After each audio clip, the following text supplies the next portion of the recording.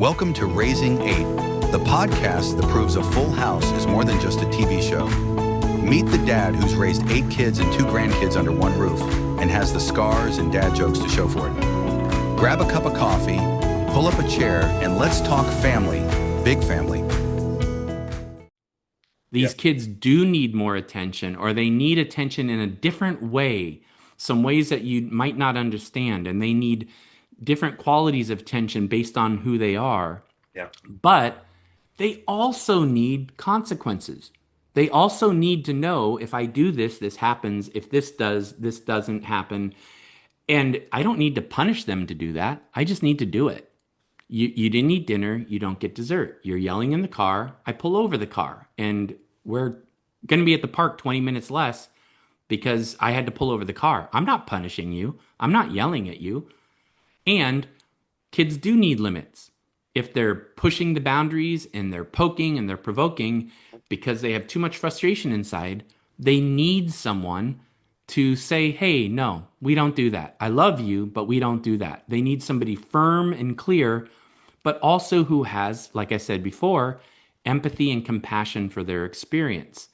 And that's a rounded approach. And so what I do is I just put them through the process. Get on the same page, relationship goes first. Create a culture, create an environment where we teach consequences, have predictability, have quality time. But then also when you respond to their behavior, let's do it in a way that honors the relationship and doesn't cause us more problems, right? But that's kind of a process, but that's a really long answer to So what this you, is you asked. this is where my wife and I were incredibly successful. It never had to be said that this was going to happen. We were on the same page in discipline. We were very good organizers. We had 5 girls in 4 sports at one time, so we're bouncing all over the camp, bouncing all where we're at. And this just never became an issue. I'm a big person. My wife is a stern person when she needs to be. Mhm. So the kids never questioned it. And people would go, how do you do this? And I'm like, I don't really know. We didn't really talk about it. It was just something after dating 4 years, we kind of understood what was up. The kids knew not to push certain boundaries. They didn't act up in places. And the hardest part of our life now is we don't have that noise here, right? We don't have that. Yeah. We need to come up with some stuff to do on our own. Now, we do have Oh, an yeah. 11-year-old that we're managing, Hmm. and we manage her with her aunt also. It's a long story, but so we're all on the same page with discipline and things like that.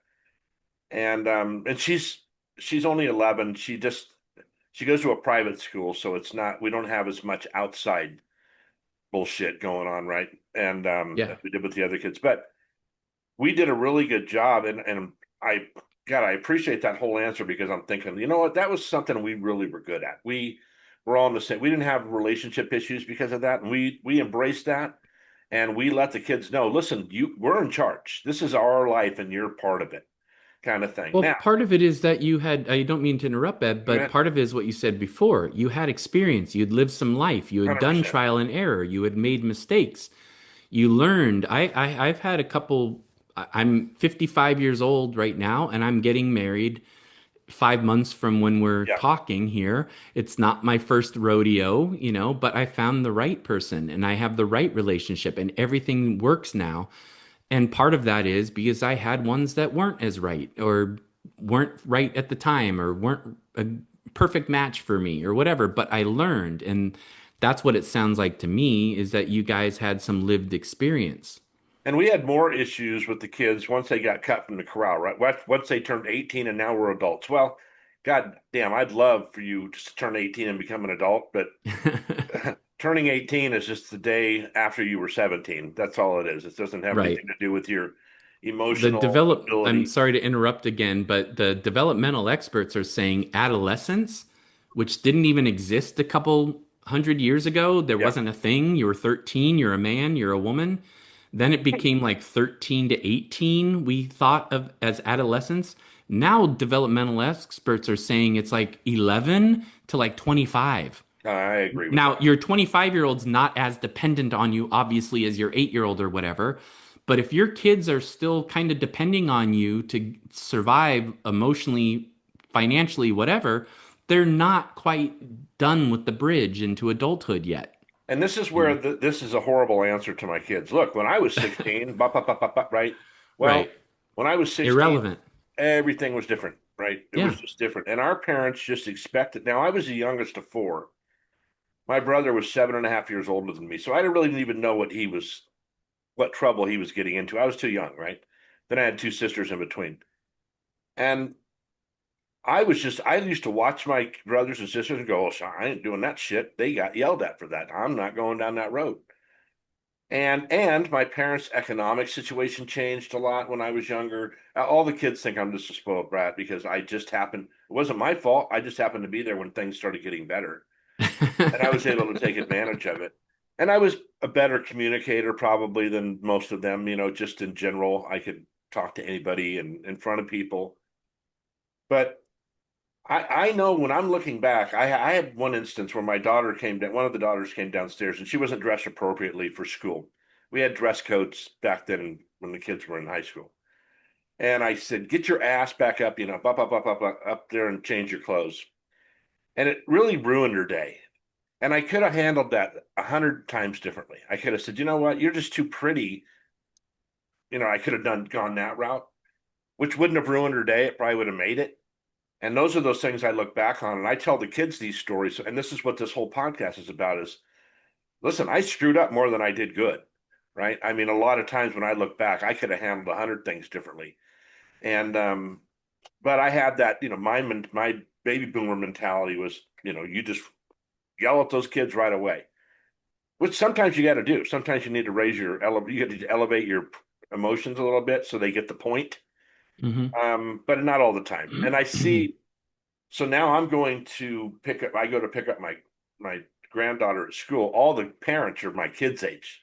Hmm. So I'm watching how they interact with their kids. Now, I wouldn't interact with my kids like they did just because we're 40 years different in age. um, but it's definitely different how they interact with their kids. But their kids, I feel like, are less behaved than mine were too. But not in every case. But it's just the whole world has changed, and parenting included, right? Oh, for sure. You know, I'm very sensitive to promoting things, and I tend not to. I have a book that I finally decided to do, and and that was a lot of the motivation for me. Is I'm starting to hear things on an accelerated kind of schedule here about things that are different, Right. about kids being more and more oriented to each other, including with social media, with the influence of screens, with now AI. Like I have parents calling me because they're worried because they're discovering that their teenage kids, and it always starts with the teenagers and then it trickles down, Yeah. are going to ChatGPT to ask life advice. And then they're hearing stories. And I got called by two different reporters, including from Bloomberg, in the last month, saying, "What about these kid? The kid committed suicide because he believed that ChatGPT was endorsing it, right?" And I just think the last 10 years, Jonathan Haidt did a great job in his book, The Anxious Generation.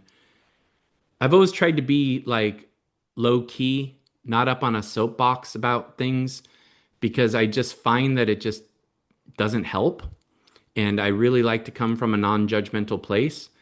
But Jonathan Haidt's book, The Anxious Generation, which was a New York Times bestseller for a good part of the last year, makes a pretty powerful case that the social media and smartphones and things are a big part of an environment that is changing for parents, changing for kids, changing for raising kids in an accelerated way that I don't think we've ever seen.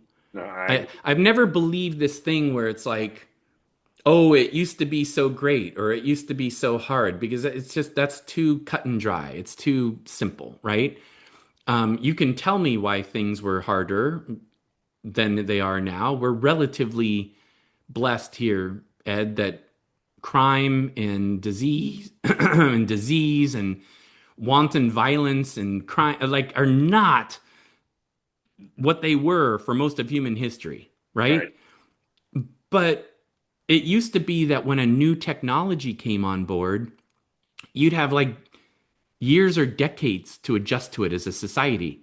Like I was just saying this to somebody the other day, the telephone. When the telephone came out, it was decades that people got used to, like, what does this mean? When Right. do we call on the phone versus when do we talk in person? And how can I actually reach out to you now, where before I'd have to write you a letter and all this stuff, right?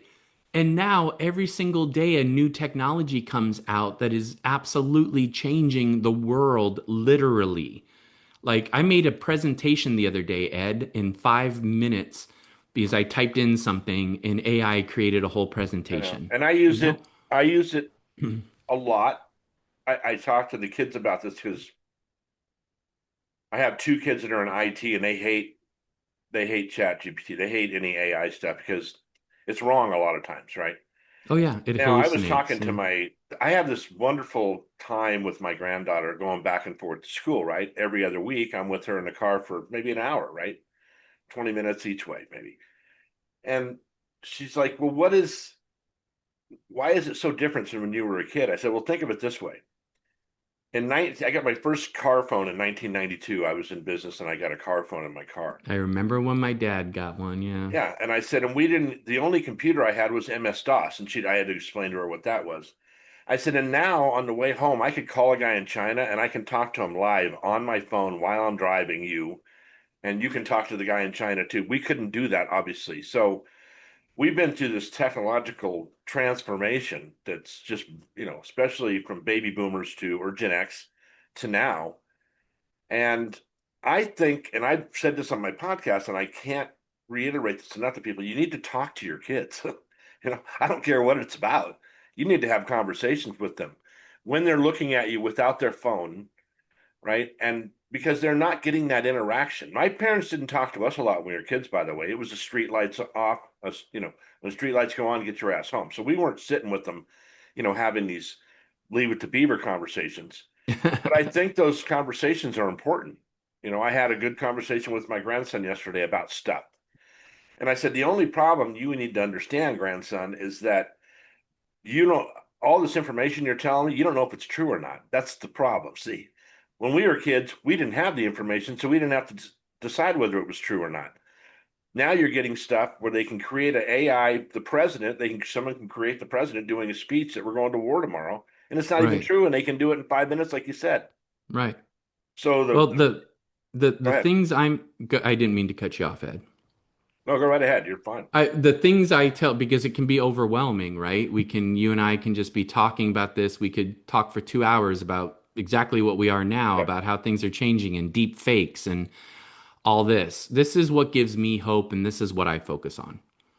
The number one thing is a secure relationship between you and your child. That Yes. does not mean you give them everything they ever want. That does not mean you're a pushover. It does not mean you swing back and forth between I'm a gentle parent this week and now I'm a forceful parent next week, which is what I've been watching for 20 years, is the pendulum just keeps going back and forth between the extremes of parenting. They need you to get their experience. They need you to listen. They need you to empathize. And like I say to my couples all day long, empathy does not mean you agree with a person's experience. We could talk about how this affects politics. We could talk how it affects marriages 100%. and Yeah. children. It does not help your cause politically to tell a person they're an idiot, okay, and that they're a bad person. Ask them what they think it, why they feel it, what do they want, what's important to them. But going back to parenting, the number one thing is that you have a secure relationship with your child, that they can find you, that they know you're there. And even Right. if you don't give them the exact answers they want all the time, they know that if they're sad, they're sick, they're tired, they're overwhelmed, they feel like they're too much, they feel like they're not enough, that you respond to them with, hey, you're not perfect, I'm not perfect, but I'm here and you're loved. Yeah. And that is the secure base. That's number one. Well, that's But something then, that's never changed in our entire history of the world, right. but we forget it, right? We We forget. forget it. We take it for granted. Yeah, I walk people through a process for 3 months about everything to do with child development and stuff. But the number one lesson on number one day, the first day is do not assume relationship with your child or your spouse, by the way. Do not think that it's like we have a green light on right now that I can just tell you what to do or whatever. Get the green light on first. Take a moment. Ed, most of us in business would not walk into I wouldn't walk into this podcast before we recorded. I wouldn't be like, okay, Ed, let's go. And neither would you. We're, hey, Ed, how are you doing? How's life? What's going on? Hey, it was good talking to you before, right? We're not doing that because we have to. We're doing that because we're supposed to. We're supposed to get into relationship first. You know what I mean? And 100%. and when we're hurried and we're not thinking, you know what changes? I'm not kidding. You know what changes a lot of marriages, revolutionizes their marriage? Husband comes home, wife comes home, look in the eye. Hey, how was your day? What's going on? How you feeling? Can we have a hug? Let's have a hug. And just hug until you just kind of relax, right? I know, and that sounds so corny, but it's real. And we You're used out to, there living your life and craziness yeah, and things going on, and she's out there living her life and craziness and things going on. Do you think you just naturally fall into it? I know. No, you have to intentionally do it. But then I wanted to make the second point that what I focus on as a parent, what I have my parents focus on, is develop the maturity processes and capacities in your child. They don't have them now. When they're young, when they're even a teenager, they don't have the ability to weigh things out all the time. They don't have the ability to process their emotions and things naturally. They don't Yep. have the ability sometimes to just, you know, have a good relationship with themselves, be creative. We want to develop these maturities in them. We want to help that along because if they have a secure base, they feel like, hey, I'm not perfect, but I'm loved and I'm good and I want to be good to others. If they feel connected, if they also develop these capacities of being curious and creative, they develop the ability to feel their feelings and process them and get rid of them so that they can not get rid of them, process them kind of like we process food. Get rid of what you don't need, learn from what you do, and they develop the ability to weigh things out and have perspective and go, part of me this, part of me that. This situation calls for that. If they develop these things, which obviously is a longer conversation that I could have about Sure. any of them, you introduce AI, you introduce technology, you introduce stresses and pressures, they can handle it because they have these things inside of them. And too often, parents are just assuming that they're even talking to 4 year olds like, use your words, you should know better. You should, they don't. Our job as a good guide is to help them develop what they don't have. And if they develop these things, primarily the secure base, which is the fuel for everything else that I talked about, then they are going to be able to handle it and they're going to use technology as a tool. They're not going to use it as a substitute for relationships or a substitute for thinking. They're going to use it to fuel their thinking and they're going to use it to enhance their relationships. But that's the all important difference. And we can't assume a child has those things just because they're 8 or they're 12 or they're Right. 18, right? Well, and we used to have these, we always sat down to eat every night. We do it today too. We still always sit down for dinner. Yeah. My grandson's kind of flaky, but he's 18, so he's in Yeah. and out of the house. But and we'd go around, we'd sit there sometimes for an hour and just go, "What happened today? Tell me about your day." Well, one of my daughters always had to go last because she would do this. Well, and if she said that, we were getting a story, and it Get was a ready. story, yeah. So we'd always make her go last because she took the longest. But there's something, it's that old email thing, back in the day when all we had was email to communicate. Someone would send us an email that pissed us off, right? And I'd grab my keyboard and start, and I'd say, you know what? Stop. Just stop. Give Hmm. me 2 hours before I respond to that email. Hmm. And I tell the kids, look, is there value in what you're going to do. Is it good value or bad value? I mean, if this next sentence, take a deep breath. I used to have this manager that was really hypertensive guy, and he would count to 10 when he'd get mad. And I always made fun of him for doing it. And I started thinking about it. I said, no, that was really genius, whoever taught him to do that. Because by the time he got to 8, he had relaxed a little bit. His blood pressure had dropped a little bit, and he would give you a better answer than that quick, fly off the handle thing. So I always tell the kids, look, is there value in what you just said to somebody or to your husband or to your right? And can you And those of reword you, it? for people who are watching the video of it, I actually just looked at something on my phone because I wanted to remember something. Right. My good friend and colleague, Kim John Payne, who wrote the book Simplicity Parenting and The Soul of Discipline, has a thing that really stuck with me that came up for me as you said that. He said he asks himself three questions when he goes to speak to his children. Is it true? Is it kind? And is it necessary? Yeah. I've heard that advice as And i well. Yeah. love i love those questions as just kind of an invitation to pause and think about it. Is it true? Is it kind? And is it necessary? I But had it's the someone same kind of recently, thing you're talking about. they asked me, well, what did you tell your kids when you got divorced? Thought back and I said, well, I didn't tell them anything because I didn't know what the hell was going on. I mean, I didn't know how was I going to tell them you need to be prepared for this? I didn't know what I was prepared for. So I would never put that on the kids. They don't need, here's the thing. And I think that you have to be careful with kids, especially 2, 3, 4, 5-year-old, in my opinion. Let's say a father and mother split up and the wife says to the kids, look, daddy doesn't love me anymore, right? And he had to leave the house.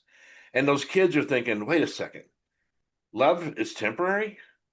I mean, like you're going to stop loving me? My wife told me when she got divorced, her one daughter was very upset that she was going to leave next. She was going to leave the house because the father left the house. So we try to, you just said it earlier, that we try to put too much on those kids. They don't know what the Yeah. hell's going on. Their friggin' brain's not even developed. All they know is ice cream's good, broccoli bad, right? Or whatever the thing is for them. Yeah. And I used to tell people, they'd say, how do you get all your kids to church on Sunday? I said, well, I didn't ask them, do you guys want to go to church? Because I'd get 6 no's. I said, hey, we're going to church. Let's go. We're leaving at this time. And when we're done, we'll go do something fun today, like whatever. Not bribing them, but just saying, look, once this is out of the way, we can go surfing, we can go hang out, we can go do whatever. Everything you just said inspired like 17 things in my brain, Yeah. including we could do a whole episode on And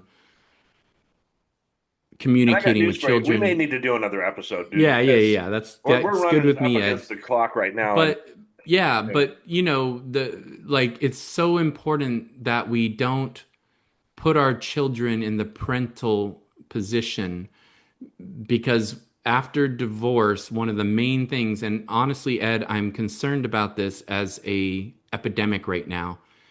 People call it different things, and there's controversy about using the term parental alienation and things.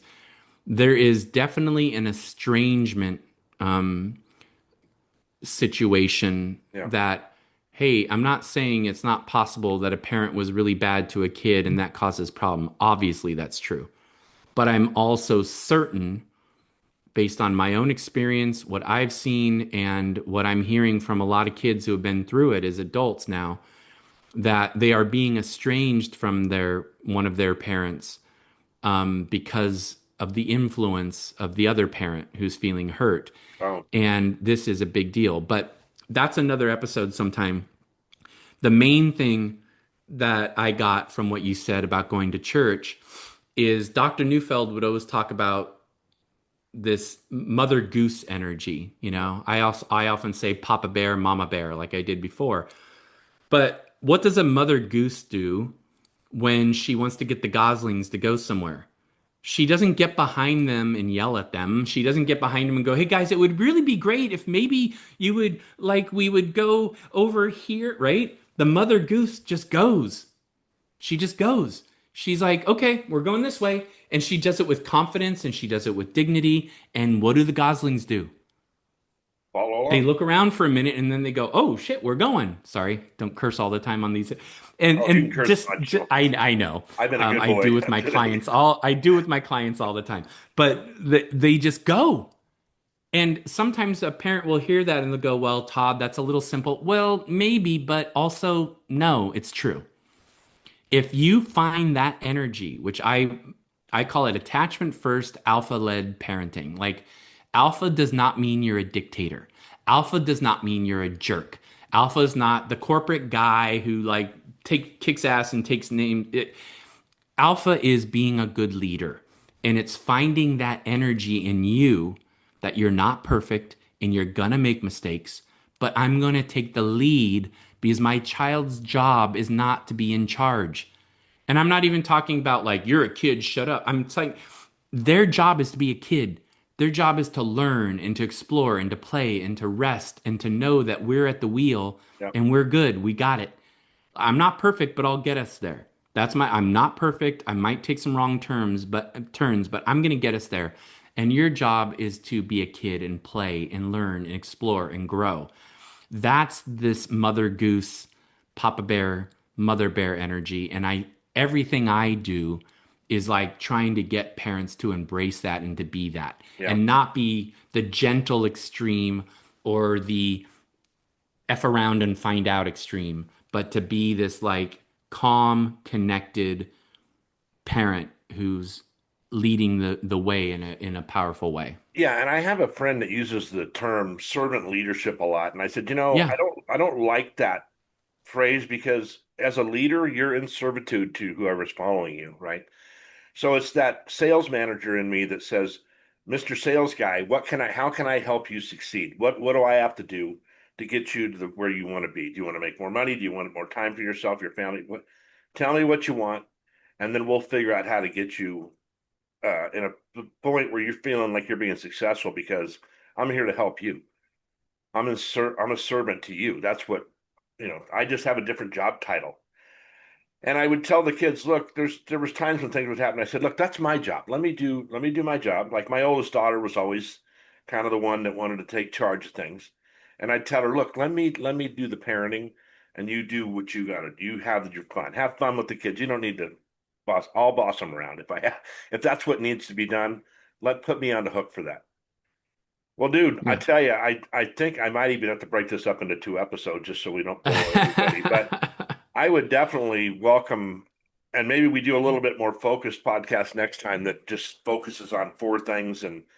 But I think, I enjoy the conversation and I just think people are out there have shown that you can do a 3 or 4 hour podcast as long as it's interesting to people yeah, and it's relevant to their lives. It's when you start getting to I'm promoting my thing or I'm just going to say the same thing and hope that you come and take my class. That's when it gets boring or I it of gets like, course want people to listen to my podcast. My whole yeah, this whole thing is part of me not working at a normal job to get me speaking things and things like that. yeah, All I really want is people. See, I'm doing a podcast with the guy tomorrow, and it's more of like a man podcast where like men are not recognized as much as I would like to when I was in the divorce system and things like that. And I have and it's a longer story than that, but I just want people to have a place to go, right? yeah, Like parenting shit, man, it is not for the weak. It is, but with that being said, it's the absolute most successful thing I've ever done in my life. The pride I have in my kids, how proud I am, how much I love them, how much I would go to any extreme to save them from harm if I had, unless it's good harm. Sometimes you got to let them fall off that skateboard, right? If you told them 14 times, don't go down the hill, dumbass, and they crash, I'm hmm, like I told you. But we know how far to push that, right, as parents. yeah, So I don't mean to make it this daunting task, but it takes some thought. If you're going to be a parent or you are a parent, y'all need to think about it. Y'all need to communicate.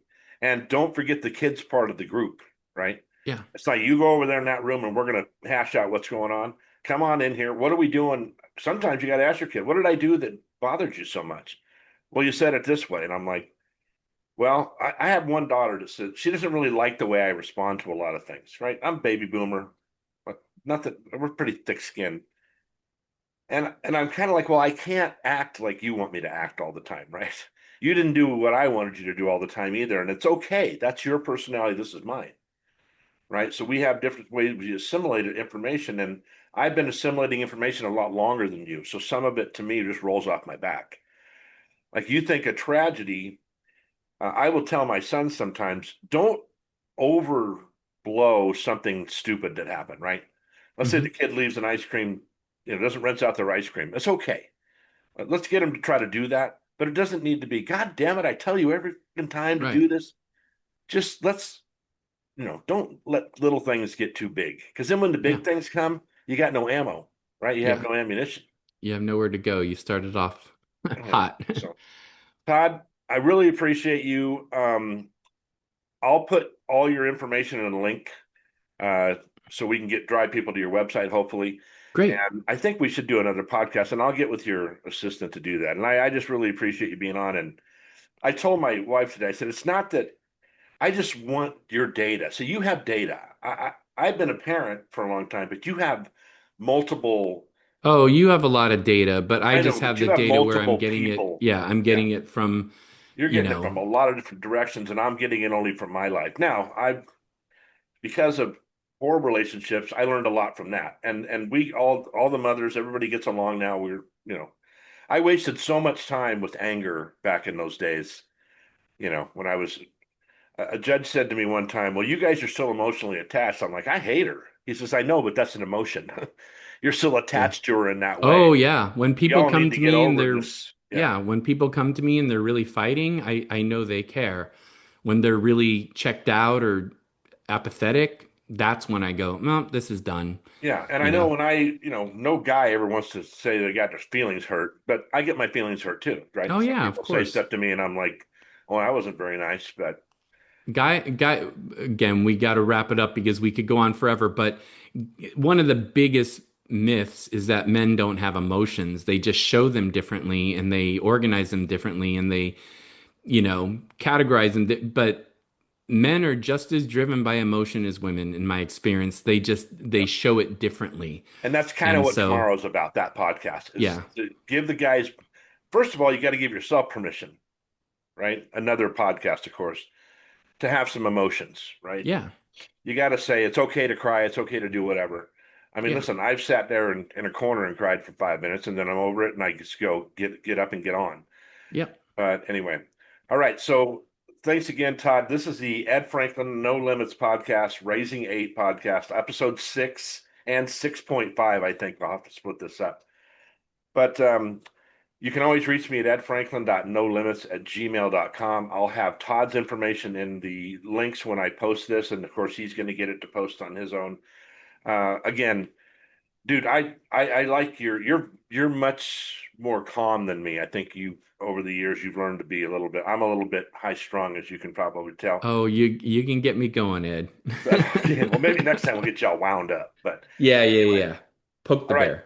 You have a great week. Stay on for just a second until I end this. And podcast listeners, I will see you all soon.